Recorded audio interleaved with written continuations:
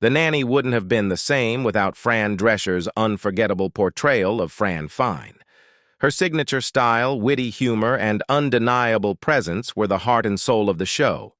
In fact, the show drew inspiration from Fran Drescher's own life.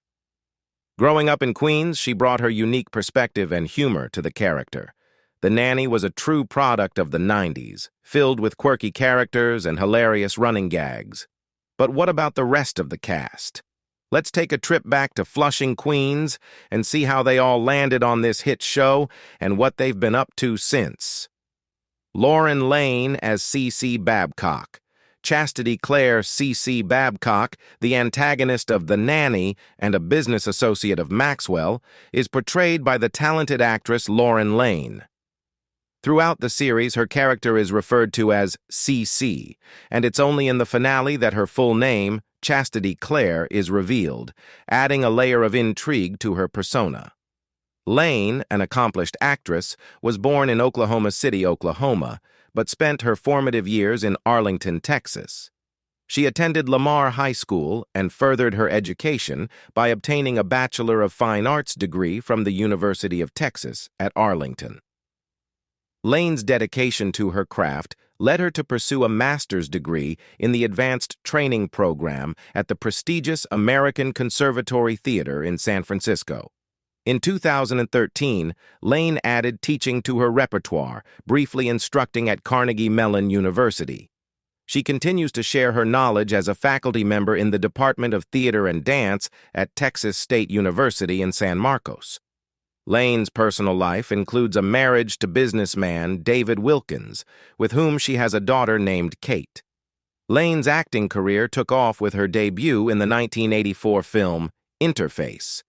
She went on to establish herself in both television and film, appearing in productions such as Positive ID, Nervous Tics, Hunter, and L.A. Law, before landing the role of C.C. Babcock in The Nanny in 1993.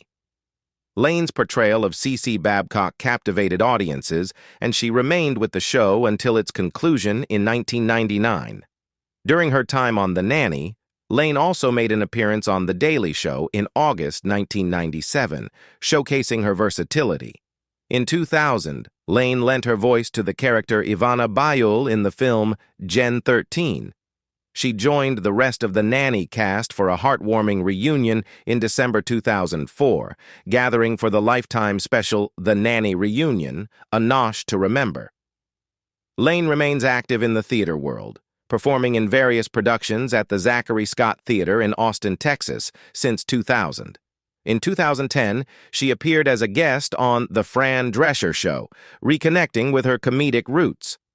In 2015, she returned to the stage for a one-off performance of A.R. Gurney's Love Letters opposite her Nanny co-star Daniel Davis, with proceeds benefiting the Texas State BFA acting program.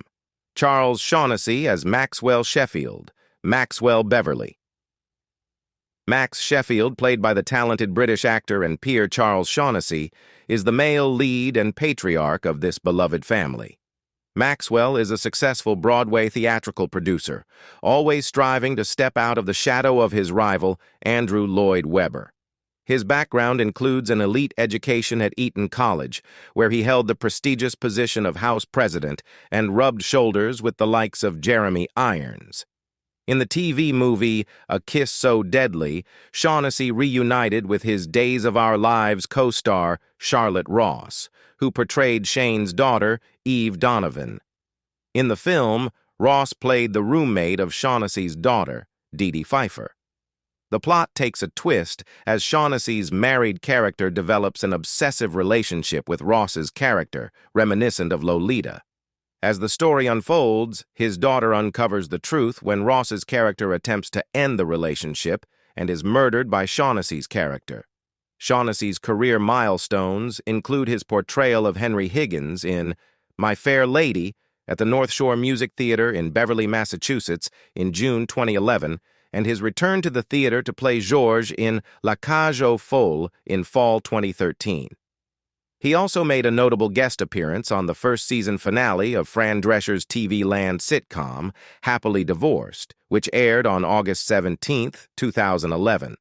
Fans were delighted when Shaughnessy reprised his role as Shane Donovan on Days of Our Lives for a limited run in May 2012. This storyline explored Shane's return to the ISA and his interactions with Hope, Bo Brady, and Stefano DiMera. Notably, his co-star Patsy Pease was absent from this story arc as Shane's wife Kimberly, and Charlotte Ross, who played Shane's daughter Eve, was also not part of this storyline.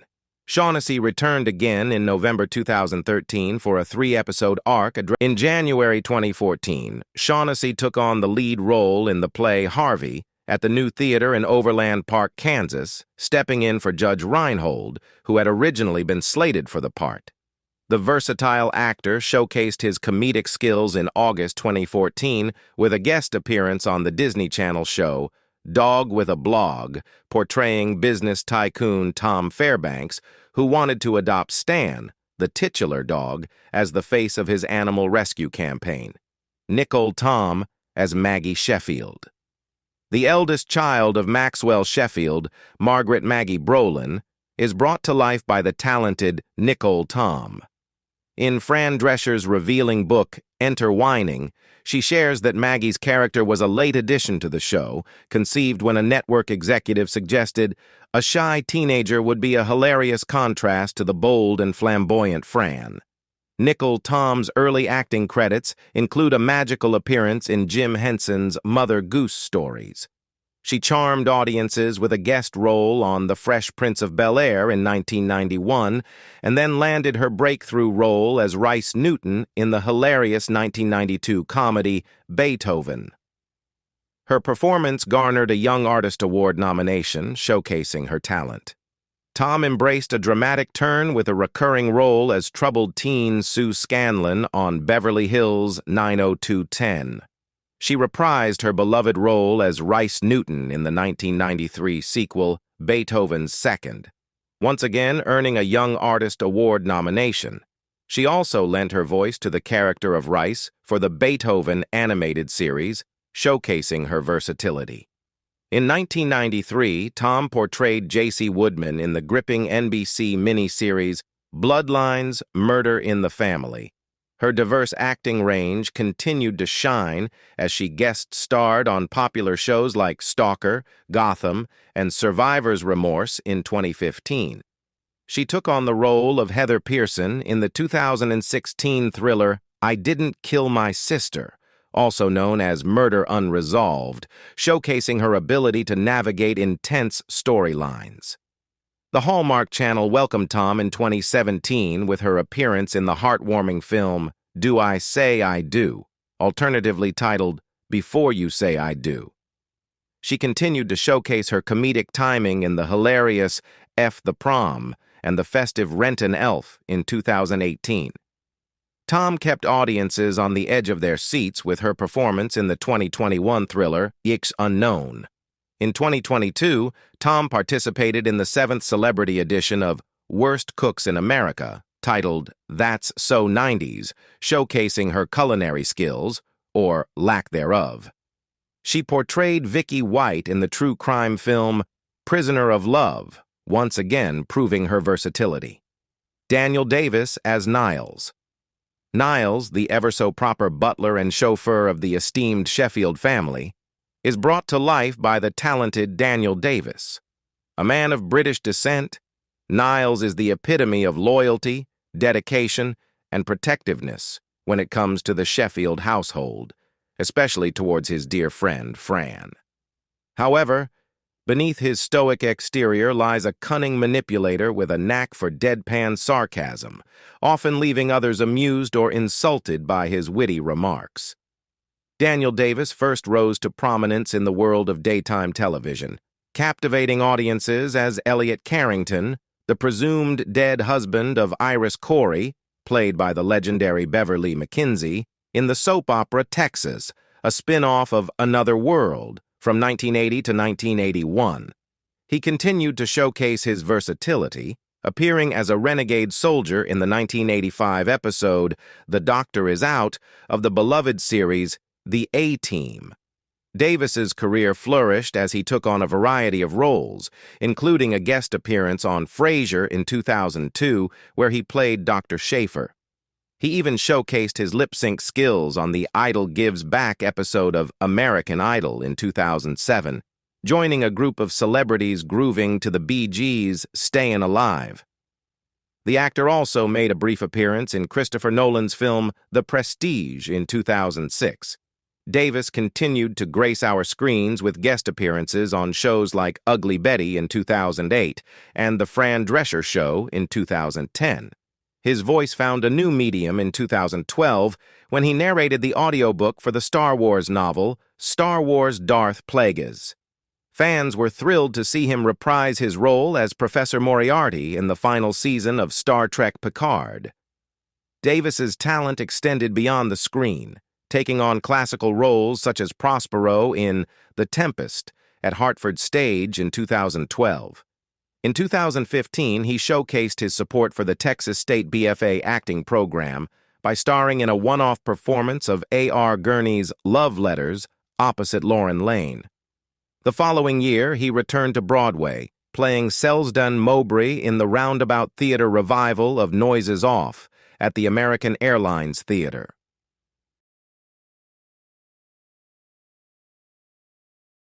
Benjamin Salsbury as Brighton Sheffield. The mischievous and sensitive Brighton Millhouse Sheffield, the second oldest child and son of Maxwell Sheffield, is portrayed by the charismatic Benjamin Salsbury.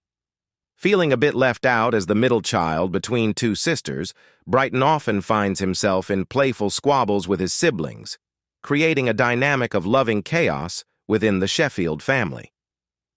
Salsbury, born in Minneapolis, Minnesota on October 19, 1980, to David Arthur Salsbury and Mindy Jo, née Schneiderwind, began his journey towards the spotlight. He completed his high school education at Wayzata High School in Plymouth, Minnesota, and subsequently enrolled at American University in Washington, D.C. in 1998. Beyond his acting prowess, Salsbury is also an accomplished dancer, often treating the studio audience of The Nanny to improvisational routines between takes. Demonstrating his versatility, he portrayed Martin Short's son in the 1992 film Captain Ron and appeared as a sports announcer in D3 The Mighty Ducks, 1996. Benjamin's voice acting skills shone in The Oz Kids, 1996, where he voiced the character of Tin Boy. Salsbury also showcased his intellect on Jeopardy, competing in a teen celebrity Jeopardy episode against Kirsten Dunst and Joseph Gordon-Levitt. In a close match, Salsbury emerged victorious, winning $1 for himself and $15,000 for his chosen charity. The actor remained connected to his nanny roots, reuniting with the cast in 2004 for The Nanny Reunion, A Nosh to Remember, a nostalgic trip down memory lane. The following year, he made a guest appearance on the series Numthurs, playing a train expert in the episode Sabotage. In 2006, Salsbury added commercial success to his resume, appearing in Domino's pizza commercials, promoting their then-new mini brownies, Fudge Ums. Fast forward to 2017, and Salsbury had transitioned behind the scenes, taking on the role of Director of Operations at Universal Studios Hollywood. On a personal note, Salsbury married Kelly Murkey in 2006, and they had 3 children together. However, as announced in 2013, the couple divorced. Renee Taylor as Sylvia Fine. Fran Fine's mom, Sylvia Fine, née Rosenberg, is played by actress Renee Taylor, though Fran Drescher took over the role in flashbacks for the earlier seasons. Sylvia and her husband Morty have 2 daughters, Fran and Nadine. Before becoming a sitcom star, Taylor honed her skills in improv groups during the 1950s. In the early 1960s, she launched her comedy career at a famous New York City nightclub, Bonsoir. Interestingly, she even shared the stage with a then-unknown Barbra Streisand as her opening act. Her big break came in 1967 when she landed a role as an actress, portraying Eva Braun in Mel Brooks's movie The Producers. She secured this part while performing in the play Love alongside Gene Wilder, who was later cast as the lead character by Brooks. More recently, Taylor has appeared in several films and shows. In 2016, she played Mrs. Kessler in the Netflix movie The Do-Over, alongside Adam Sandler. She also had roles in the TV show Rock in a Hard Place and the 2017 film How to Be a Latin Lover. Another notable project was Tango Shalom, where Taylor acted with her husband, Joseph Bologna, in his final film appearance before his passing. The movie was released in theaters in 2021 and later became available on streaming services and DVD. Taylor herself took to the stage in an off-Broadway play titled My Life on a Diet, which she co-wrote with Bologna. The play was such a success that it was extended twice and even went on a national tour. Married since 1965 to actor Joseph Bologna, Taylor had a son named Gabriel with him. Gabriel, a filmmaker, even directed his parents in their last movie together, Tango Shalom. Sadly, Joseph passed away in 2017. Meline Zema as Grace Sheffield. The youngest Sheffield child, Grace, nicknamed Gracie, is played by actress Meline Zema. Gracie has a talent for using fancy words that leave others confused and loves diagnosing people with made-up illnesses. Her special bond with Fran, who calls her Gracie, starts when a little Gracie even travels to Fran's neighborhood on her day off because she misses her nanny. It's during this visit that Gracie gets a taste of a Jewish wedding for the first time. Zema's career took off after The Nanny. She landed the lead role of Mia Lewis for the first 2 seasons of the Showtime drama Californication, alongside David Duchovny. She even reprised. In 1998, James faced accusations of sexually assaulting a 26-year-old woman, but those charges were later dropped. In 2020, his estate was sued for $50 million by a woman who claimed he assaulted her when she was 15 at a group home for troubled youths in Buffalo, New York, in 1979. This lawsuit was eventually dismissed. What was Rick James's net worth? Rick James was an American singer, songwriter, musician, and record producer who had a net worth of $250,000 at the time of his death in 2004. Had he lived another decade or two, he could have seen a significant financial boost from the rise of streaming services and music catalog sales. Court documents released shortly after his death revealed that Rick's estate was worth just $250,000. Rick was known for his lavish spending habits during his lifetime. Throughout much of the 1990s, he spent $7,000 per week on cocaine, which he later called a hell of a drug. He also spent millions on legal troubles, including a multi-million-dollar settlement to a woman who accused him of assault. At the time of his death, Rick James was living in a modest apartment in Burbank, California. Rick's heirs might have been disappointed by the value of his estate at the time of his death, but he did leave them one extremely valuable asset: the rights to his songs. Decades later, Rick's music continues to be streamed millions of times each year and is frequently sampled by popular artists. One of the most famous samples is in MC Hammer's song, You Can't Touch This. Initially, Hammer's song wasn't released as a single, so fans had to buy the entire album to hear it. This strategy helped Hammer's album sell over 18 million copies worldwide. In November 2020, Rick's heirs sold a 50% stake in his publishing catalog to Hypnosis Songs Fund for an undisclosed amount. This deal included a 50% stake in Rick's recorded music masters, writer's share, and rights to 97 songs. Comparable catalog sales from that period sold for well over $100 million, so it's likely that Rick's catalog was valued in that range. His death. Though Rick James spent several years out of the spotlight, he made a surprising comeback in 2004, thanks to an appearance on Chappelle's show. This hilarious portrayal of his wild antics introduced him to a new generation of fans, who were excited to see him perform again at various award shows. Sadly, later that year, Rick James passed away. On August 6, 2004, he was found unresponsive in his Los Angeles home. His personal physician cited an existing medical condition as the cause of death, while his family attributed it to natural causes. Fans were left waiting for more details about the legendary singer's final moments, mourning the loss of a music icon. "Today, the world mourns a musician and performer of the funkiest kind," said Recording Academy President Neil Portnow shortly after James's death. Grammy winner Rick James was a singer, songwriter, and producer whose performances were always as dynamic as his personality. The super freak of funk will be missed. On September 16th, the Los Angeles County coroner revealed that Rick James had died of a heart attack and had 9 different drugs in his system at the time, including meth and cocaine, along with Xanax, Valium, Wellbutrin, Celexa, Vicodin, digoxin, and chlorpheniramine. Funeral ceremony. News of his death prompted an outpouring of tributes, with fans and fellow musicians remembering his immense talent and captivating performances. Just 2 months prior, James had accepted a Lifetime Achievement Award at the Rhythm and Soul Awards. His acceptance speech, laced with self-deprecating humor, offered a glimpse into his past struggles. "Years ago, I would have used this for something totally different," he quipped, holding up the award statuette. "Cocaine is a hell of a drug." These words resonated with many, a reminder of the singer's well-publicized battles with addiction.